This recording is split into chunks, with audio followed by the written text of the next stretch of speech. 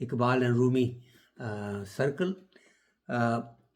In this very brief session, I will just recite one couplet from Iqbal, from Zarb Khalim, and try to convey the message in simple Urdu and simple English. So please bear with me as I just shift from Urdu to English gradually. Let me just quote the kata first.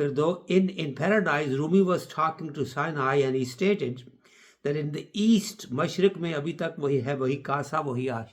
In the east, people are still walking around or roaming around in the same old vessel in their hand and the same kind of a material in it. In other words, the old way of life, an old way of belief system, and not realizing that there is much more to the life than they basically are seeing.